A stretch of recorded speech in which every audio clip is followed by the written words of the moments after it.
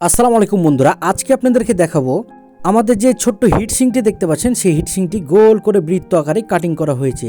একমাত্র এই ফ্যানটি দেখতে পাচ্ছেন, এই ফ্যানটির বয়স হচ্ছে 5 বছর। প্রায় 5 বছর ধরে আমরা এই ফ্যানটি চালাচ্ছি। ফ্যানটি এত সুন্দর সার্ভিস দিয়েছে, এক কথায় অসাধারণ। এই ফ্যানটি আমরা শীতে ব্যবহার করেছি এবং গরমেও ব্যবহার করছি বর্তমান। এখন লোডশেডিং এর জন্য এখন লাইটের দরকার, এজন্য আমরা এই ফ্যানটিতে একটি লাইটিং বসাবো। ফ্যানটি আমরা কি দিয়ে চার্জ দিয়ে একবার দেখুন। এটি হচ্ছে কম্পিউটারের পাওয়ার সাপ্লাই, হেভি মানের একটি পাওয়ার সাপ্লাই দিয়ে আর হেভি মানের একটি কেবল দিয়ে আমরা এটিকে চার্জ দিই, কারণ এর ভিতরে আছে 12 ভোল্টের ব্যাটারি ডবল করে দেওয়া আছে। এক পাশে 12 আর এক পাশে 12, 12 24 নয়, শুধু 12 করে দেওয়া আছে। তো সর্বপ্রথম আমরা হিটসিংটি ফুটো করব। হিটসিংটি ফুটো করার জন্য সুন্দরভাবে করে আমরা আগে মাপ নিয়ে নিব, কারণ হিটসিংটি তো আটকাতে হবে। হিটসিংটি সুন্দর করে 3টা ফুটো করে ফেলেছি আমরা। সুন্দর করে 3টা ফুটো করার পর আমরা এই এলইডিটা আগে বসিয়ে দেবো হিটসিং এর সঙ্গে। এলইডিটা বসানোর আগে থার্মাল পেস্ট আমরা ব্যবহার করছি, কারণ আমাদের যে কাজগুলো থাকে সে কাজগুলো আপনারা দেখতে থাকুন যে আমরা কিভাবে করে কাজগুলো করে থাকি। আমরা যে কাজই করি না কেন একটু মনোযোগ সহকারে কাজগুলো করার চেষ্টা করি এবং পারফেক্টলি ভাবে। তো এই ফ্যানটিতে সুন্দর করে বসানো দেখানোর কোনো উদ্দেশ্য নয়, শেখানোর জন্য এটি করা হয়েছে।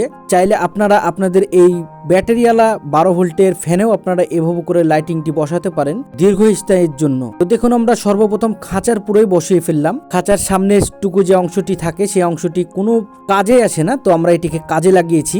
আর এলইডি যে লাইটগুলো থাকে বাজারে কিনতে পাওয়া যায়, সেটির প্লাস্টিকটি সুন্দর করে কাটিং করা হচ্ছে, কারণ এত পরিমাণে আলো যে রাতের বেলাতে চোখ তাকালে চোখ ধাঁধিয়ে যাবে। এই জন্য এটিকে আমরা সুন্দর করে বসাবো। এটি হলো ক্যাপ।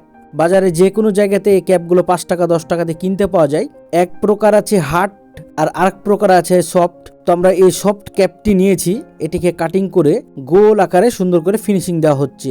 এরপরে আমরা এটিকে বসাবো। বসানোর আগে এটিকে আঠা দিয়ে লাগাবো, কারণ ফ্যান যখন চলবে এটি ভাইব্রেট করবে।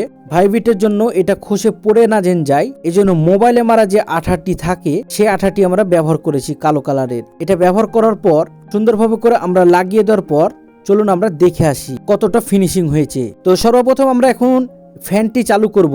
ফ্যানটি চালু করার পর দেখলাম যে যাক, সুন্দর করে আঠাটি শুকানোর পর কোনো কিছুই ভাইব্রেশন করছে না, একদম ক্লিয়ারলি ফ্যানটি খুব সুন্দরভাবে করে বাতাস দিচ্ছে এবং আরেক পাশে দেখুন এলইডিও কাজ করছে। তাহলে আপনারা এভাবে করে তৈরি করে নিতে পারেন আপনাদের বাড়িতে।